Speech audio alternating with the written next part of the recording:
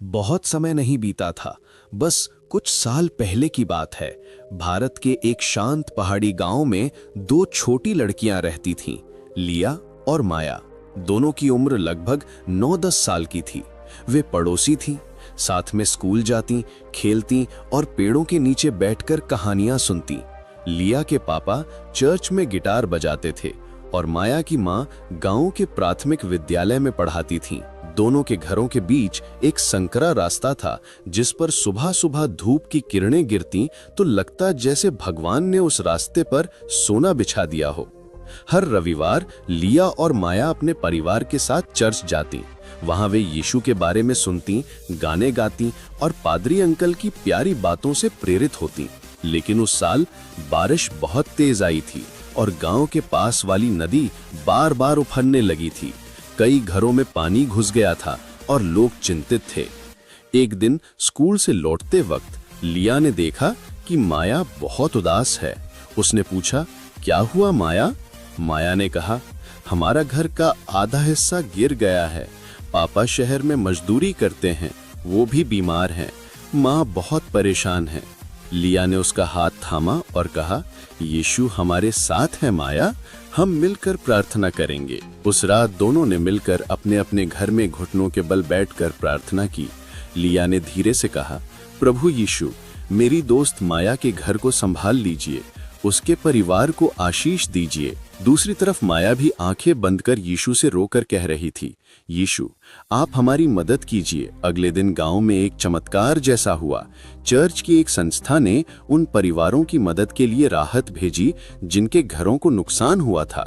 उस सूची में माया का नाम भी था। उसे नया छप्पर, कपड़े और खाने का सामान मिला। माया की आंखों में आंसू आ गए, आभार और विश्वास के आंसू। उन्होंने लिया की मां से कहा, आपकी बच्ची ने सच्चे दिल से प्रार्थना की होगी, तभी यीशु ने हमें याद किया। लिया की मां मुस्कुराई और बोली, यीशु हर प्रार्थना सुनते हैं, बस मन सच्चा होना चाहिए। उस दिन से माया के दिल में विश्वास और भी गहरा हो गया। अब वे दोनों हर शाम स्कूल से लौटकर चर्च के पीछे वाले बगीचे में बैठतीं और वहां की बेंच पर बाइबल की कहानियां पढ़तीं। उन्हें सबसे ज्यादा पसंद थी वो कहानी जब यीशु ने 5 रोटियों और 2 मछलियों से हजारों लोगों को खिलाया था। लिया कहती, देखो माया, जब हम थोड़ी सी चीज भी विश्वास से देते हैं तो यीशु उसे बहुत बढ़ा देते हैं। माया सिर हिलाती और कहती, तो हमें भी अपने पास जो थोड़ा है उसे दूसरों से बांटना चाहिए। धीरे धीरे दोनों लड़कियां गांव की छोटी मददगारें बन गईं। कोई बूढ़ी दादी अकेली बैठी मिलती तो दोनों उनके घर जाकर पानी भर देती, झाड़ू लगा देती और फिर मुस्कुरा कर कहती, यीशु आपसे प्रेम करते हैं। लोग जब उन्हें देखते तो कहते, इन दोनों में कुछ अलग है, जैसे इनके चेहरे पर हमेशा शांति चमकती है। लेकिन जीवन हमेशा आसान नहीं होता। एक दिन लिया के पापा बीमार पड़ गए। चर्च में सेवा करने के बावजूद वे कई दिनों से डॉक्टर को दिखाने नहीं जा पाए थे। इलाज महंगा था और परिवार चिंतित था। माया ने जब ये सुना तो उसने लिया को गले लगाया और बोली, अब मेरी बारी है प्रार्थना करने की। उसने अपने घर में सबको बुलाया और बोली, हम सब मिलकर लिया के पापा के लिए प्रार्थना करेंगे। उस शाम चर्च के छोटे हॉल में बच्चों, बड़ों सब ने हाथ पकड़कर प्रार्थना की। वे सब मिलकर गा रहे थे, यीशु मेरे साथ हैं, डर नहीं मुझे। कुछ ही दिनों में लिया के पापा की तबीयत सुधरने लगी। डॉक्टर ने कहा, अद्भुत है, इतनी जल्दी सुधार होना मुश्किल था। लिया की मां मुस्कुराई और बोली, हमारे डॉक्टर तो ऊपर वाले हैं। उन दोनों बच्चियों का विश्वास अब और गहरा हो चुका था। वे जान चुकी थीं कि जब मन सच्चा हो और विश्वास अडिग हो तब यीशु हर आंसू पोंछ देते हैं। एक दिन स्कूल में एक नई लड़की आई। उसका नाम था रेशमा। वह शहर से आई थी और उसे गांव का जीवन पसंद नहीं था। वह अक्सर अकेली रहती, बाकी बच्चों से नहीं बोलती। माया ने कहा, चलो हम उससे दोस्ती करते हैं। लिया ने सहमति में सिर हिलाया। वे दोनों रेशमा के पास गईं और मुस्कुराकर बोली, हाय, हम लिया और माया हैं, तुम हमारे साथ बैठ सकती हो। पहले तो रेशमा ने कुछ नहीं कहा, लेकिन धीरे धीरे जब उसने देखा कि ये दोनों सच्चे मन से उसकी परवाह करती हैं तो उसका मन पिघलने लगा। एक दिन उसने स्वीकार किया कि उसके माता पिता अलग हो गए हैं और वह बहुत दुखी रहती है। उस रात माया ने फिर वही किया जो वह हमेशा करती थी। उसने यीशु से प्रार्थना की। अगले रविवार रेशमा भी उनके साथ चर्च गई। वहां उसने पहली बार उस गीत को सुना जो कहता था, यीशु मुझसे प्रेम करते हैं, मैं यह जानती हूं। उस गीत ने जैसे उसके दिल के टूटे हुए हिस्सों को जोड़ दिया। अब वे तीनों साथ साथ पढ़ती, खेलती और गांव में प्रेम का उदाहरण बन गईं। कई लोग कहते, इन छोटी लड़कियों में यीशु का आत्मा है जो सबको जोड़ता है। धीरे धीरे गांव में बदलाव आने लगा। लोग अब मिलजुल कर रहने लगे, जरूरतमंदों की मदद करने लगे। एक दिन चर्च में पादरी अंकल ने कहा, हम सब प्रभु के हाथों में मिट्टी हैं, लेकिन जब बच्चे प्रार्थना करते हैं तो परमेश्वर उस मिट्टी में जीवन का रंग भर देते हैं। लिया और माया मुस्कुराईं। उन्हें पता था यीशु ने उनके छोटे विश्वास को बड़े आशीर्वाद में बदल दिया है। कुछ साल बीत गए। लिया अब 12वीं में पहुंच चुकी थी, माया 10वीं में और रेशमा नर्सिंग की पढ़ाई कर रही थी। तीनों अब भी हर रविवार चर्च जाती और बच्चों को बाइबल की कहानियां सुनाती। वे कहती, हमने यीशु को देखा नहीं, लेकिन उनके प्रेम को महसूस किया है। एक दिन गांव में भारी तूफान आया। नदी का पानी फिर बढ़ गया और खतरे की घंटी बजने लगी। लेकिन इस बार गांव वाले डरे नहीं। वे सब मिलकर प्रार्थना करने लगे। बच्चे, बड़े, सब ने हाथ पकड़ लिए और आसमान की ओर देखा। कुछ ही देर में हवा धीमी होने लगी, बारिश थम गई और आसमान में एक बड़ा सा इंद्रधनुष उभर आया। सब ने मिलकर कहा, धन्यवाद प्रभु। लिया ने धीरे से कहा, देखो, यीशु ने फिर अपना वादा निभाया। उन्होंने कहा था, मैं तुम्हें कभी नहीं छोड़ूंगा। माया ने मुस्कुराकर कहा, सही कहा लिया, जब तूफान आता है तो हमें डर नहीं लगता, क्योंकि हमें पता है कि हमारी नाव में यीशु हैं। और रेशमा ने हाथ जोड़कर कहा, जब बच्चे विश्वास रखते हैं तो पूरा गांव बदल सकता है। उस दिन से गांव का नाम लोगों ने शांति ग्राम रख दिया। वहां अब हर घर में एक छोटी बाइबल थी और हर बच्चा यह गाता था, यीशु मेरे साथ हैं। लिया और माया अब भी वही दो साधारण लड़कियां थीं, लेकिन उनका विश्वास असाधारण था। उन्होंने कभी कोई बड़ा काम नहीं किया, बस छोटे छोटे प्रेम के काम किए, लेकिन वही काम परमेश्वर की दृष्टि में महान बन गए। उन्होंने सीखा कि यीशु का अनुसरण करना मतलब किसी मंच पर चमकना नहीं, बल्कि रोजमर्रा के जीवन में प्रेम दिखाना है। जब कोई बच्चा गिरता तो वो उसे उठाती, जब कोई उदास होता तो वे मुस्कुराकर कहती, यीशु तुम्हारे साथ हैं। समय बीतता गया, लेकिन उस गांव में आज भी लोग कहते हैं, दो छोटी लड़कियों ने हमें सिखाया कि विश्वास उम्र से नहीं, दिल से बड़ा होता है। लिया और माया की कहानी अब उस चर्च की दीवार पर लिखी है, ताकि हर आने वाला बच्चा पढ़े और जाने कि जब तुम प्रेम करते हो तो स्वयं यीशु तुम्हारे साथ चलते हैं। कई साल बीत चुके थे। शांतिग्राम अब पहले से कहीं अधिक सुंदर और जीवंत हो गया था। हर रविवार चर्च की घंटियां दूर दूर तक सुनाई देती और बच्चों के गीत हवा में गूंजते। लिया अब 20 साल की हो चुकी थी, माया 19 की और रेशमा 23 की। तीनों अब भी सबसे अच्छी सहेलियां थीं, पर अब उनका जीवन अलग अलग दिशाओं में बढ़ रहा था। लिया ने शिक्षक बनने का निश्चय किया था, माया को संगीत से प्रेम था और रेशमा अब शहर के एक अस्पताल में नर्स का काम कर रही थी। फिर भी जब भी छुट्टियां आती, वे तीनों शांतिग्राम लौट आती ताकि चर्च में सेवा कर सकें और गांव के बच्चों को प्रेम, दया और विश्वास की बातें सिखा सकें। लेकिन इस बार जब वे लौटी तो पाया कि गांव में कुछ बदल गया है। कुछ युवाओं ने शहर जाकर नई आदतें सीख ली थीं। उनमें से कुछ अब प्रार्थना से दूर हो गए थे। चर्च में पहले जैसी चहल पहल नहीं थी।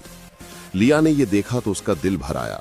उसने माया और रेशमा से कहा, हमें फिर से इस गांव में विश्वास की ज्योति जलानी होगी। माया ने सिर हिलाया, हम वही करें जो यीशु ने हमें सिखाया, प्रेम से सबको जोड़ना। और रेशमा बोली, अगर हम सब मिल जाएं तो कोई अंधकार टिक नहीं सकता। अगले दिन से उन्होंने काम शुरू किया। वे बच्चों को इकट्ठा करने लगीं, उन्हें गीत सिखाने लगीं।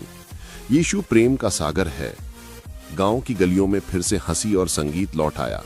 माया अपने गिटार पर भजन बजाती, लिया बच्चों को सिखाती कि कैसे हर कठिनाई में प्रार्थना करनी चाहिए, और रेशमा उन लोगों के पास जाती जो बीमार या अकेले थे। एक शाम वे तीनों चर्च के आंगन में बैठी थीं। सूरज ढल रहा था और हल्की ठंडी हवा चल रही थी। लिया ने धीरे से कहा, कभी कभी लगता है कि हम तो बस 3 साधारण लड़कियां हैं। क्या इतना छोटा प्रयास सच में कुछ बदल सकता है? माया मुस्कुराई और बोली, लिया, जब यीशु ने 12 साधारण शिष्यों को चुना तब भी दुनिया ने उन्हें नहीं पहचाना था, लेकिन वही संसार बदल गए। रेशमा ने आगे कहा, हमारे हाथों में छोटी रोशनी है, लेकिन अगर हम उसे बुझने न दें तो वह अंधेरे को हरा देगी। उसी रात गांव के कुछ लड़के जो प्रार्थना से दूर हो गए थे, चर्च के बाहर हंसी मजाक कर रहे थे। उनमें एक था अमन।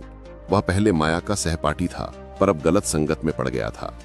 जब उसने माया को चर्च में देखा तो बोला, अब भी वही यीशु यीशु करती रहती हो, दुनिया बदल गई है माया। माया ने मुस्कुराकर कहा, दुनिया चाहे बदल जाए पर यीशु का प्रेम कभी नहीं बदलता। अमन हंसा और चला गया, पर उस रात नींद नहीं आई। उसे माया की आंखों में एक शांति दिखाई दी थी जो उसके जीवन में नहीं थी। अगले दिन जब वह गांव के चौक से गुजर रहा था तो उसने देखा रेशमा एक बुजुर्ग आदमी के घाव पर मरहम लगा रही थी और लिया बच्चों को सिखा रही थी। यीशु ने कहा, धन्य है वे जो दयालु हैं, क्योंकि उन पर दया की जाएगी।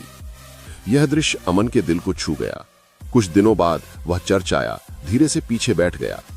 जब सब लोग गा रहे थे, प्रभु की शांति मेरे साथ है, तो उसकी आंखें भर आईं। सेवा के बाद वह माया के पास गया और बोला, क्या मुझे भी वह शांति मिल सकती है? माया ने उसका हाथ थामा और कहा, जरूर, यीशु किसी को नहीं ठुकराते। उस दिन के बाद अमन का जीवन बदल गया। वह गांव के युवाओं के बीच बदलाव का माध्यम बन गया। उसने नशे की आदत छोड़ दी, काम करने लगा और दूसरों को सिखाने लगा कि कैसे विश्वास और मेहनत से जीवन सुधर सकता है। धीरे धीरे शांतिग्राम में फिर से विश्वास का उजाला फैल गया। लिया ने एक छोटा स्कूल शुरू किया जहां बच्चों को पढ़ाई के साथ बाइबल की सच्चाइयां सिखाई जाती थीं। माया ने आशा का संगीत नाम से बच्चों का एक कोयर समूह बनाया जो हर रविवार भजन गाता, और रेशमा ने एक छोटी दवा सेवा संस्था बनाई जहां गरीबों का मुफ्त इलाज होता था। एक दिन तीनों पहाड़ी की चोटी पर बैठी थीं। नीचे गांव दिखाई दे रहा था, चमकते घर, बच्चों की हंसी, चर्च की क्रॉस पर पड़ती धूप। लिया ने कहा, याद है जब हम छोटी थीं तब इसी पहाड़ी पर बैठकर यीशु से बात करती थीं? माया बोली, हाँ, तब हमने प्रार्थना की थी कि हमारा गांव कभी अकेला ना रहे। रेशमा मुस्कुराई, और देखो, यीशु ने हमारी प्रार्थना सुन ली। लेकिन उनकी परीक्षा अभी बाकी थी। उसी साल पास के इलाके में महामारी फैल गई। कई लोग बीमार पड़ने लगे। शहरों से दवाइयां नहीं मिल रही थीं। गांव में डर का माहौल था। रेशमा दिन रात सेवा में जुटी थी। माया बच्चों को हिम्मत दे रही थी और लिया पूरे गांव के लिए प्रार्थना सभाएं आयोजित कर रही थी। एक रात रेशमा खुद बीमार पड़ गई। वो बिस्तर पर लेटी थी, चेहरा पीला था, लेकिन होठों पर मुस्कान थी। लिया ने आंसू भरकर कहा, तू आराम कर, बाकी हम संभाल लेंगे। रेशमा ने धीमे स्वर में कहा, यीशु मेरे साथ हैं, डर नहीं मुझे। कुछ दिनों तक उसकी हालत गंभीर रही, लेकिन गांव के लोग दिन रात उसके लिए प्रार्थना करते रहे। अंत में जैसे किसी ने चमत्कार किया हो, वो ठीक हो गई। उसने आंखें खोलकर सबसे पहले वही गीत गुनगुनाया जो वो हमेशा गाती थी, यीशु मुझसे प्रेम करते हैं। पूरे गांव में खुशी की लहर दौड़ गई। सबने जाना कि जब विश्वास अडिग होता है तो मृत्यु भी पीछे हट जाती है। महामारी थम गई और लोगों ने मिलकर चर्च में धन्यवाद सभा की। वहां पादरी अंकल ने कहा, कभी कभी परमेश्वर हमें आंसुओं के बीच भी सिखाते हैं कि उनका प्रेम अटल है। रेशमा ने कहा, मैंने उस बीमारी में यीशु को महसूस किया जैसे उन्होंने मेरा हाथ थामे रखा। लिया और माया ने एक दूसरे की तरफ देखा और कहा, हमारी यात्रा खत्म नहीं हुई है, ये तो बस शुरुआत है। कुछ महीनों बाद तीनों ने बड़ा निर्णय लिया। उन्होंने प्रकाश की राह नाम से एक संस्था बनाई जो गांव-गांव जाकर बच्चों को शिक्षा, प्रेम और परमेश्वर का संदेश देती थी। वे किसी धर्म के प्रचार के लिए नहीं, बल्कि प्रेम बांटने के लिए निकली थीं। जहां भी वे जाती, लोग उनसे प्रेरित होते। कोई कहता, मैं अब नफरत नहीं करूंगा, कोई कहता, मैं भी किसी की मदद करूंगा। धीरे धीरे उनकी पहचान दूर दूर तक फैल गई, लेकिन वे अब भी वही थीं, 3 साधारण लड़कियां जो यीशु पर विश्वास करती थीं। एक बार शहर में उन्हें एक बड़े कार्यक्रम में बुलाया गया। मंच पर लोगों ने पूछा, आपकी सफलता का रहस्य क्या है? लिया ने मुस्कुराकर कहा, हम सफल नहीं, सेवक हैं। माया ने कहा, हम गाते हैं ताकि लोग जाने कि यीशु प्रेम है। और रेशमा ने कहा, हम चलते हैं ताकि किसी के अंधकार में थोड़ा प्रकाश पहुंचे। दर्शक खड़े हो गए, तालियां गूंजने लगीं, लेकिन उनके लिए सबसे बड़ी खुशी वो थी जब एक छोटा बच्चा उनके पास आकर बोला, दीदी, मैं भी यीशु से प्रेम करता हूं। उसी पल उन्हें लगा उनकी मेहनत रंग लाई है। कई सालों बाद जब वे फिर शांतिग्राम लौटी तो वहां नए घर, नई पीढ़ी, नई मुस्कुराहटें थी। बच्चे दौड़कर बोले, दीदी आ गईं। लिया ने उन बच्चों को गोद में उठाया और कहा, अब तुम्हारी बारी है प्रेम बांटने की। चर्च के भीतर दीवार पर वही वाक्य लिखा था, जब 2 छोटी लड़कियां विश्वास रखती हैं तो पूरा गांव बदल जाता है। लिया ने मुस्कुराकर कहा, अब वो 2 नहीं, बहुत सारी हैं। माया ने गिटार उठाया और भजन शुरू किया, यीशु मेरे साथ हैं, डर नहीं मुझे। सबने संगति में गाया, और उस शाम जब सूरज पहाड़ों के पीछे छिप रहा था, तीनों ने आसमान की ओर देखा। वहां इंद्रधनुष फैला था, जैसे परमेश्वर फिर से कह रहा हो, मैं तुम्हारे साथ हूं। उन्होंने एक दूसरे का हाथ थामा, आंखें बंद की और धन्यवाद दिया उस यीशु को जिसने 3 साधारण लड़कियों को अपने प्रेम का माध्यम बना दिया।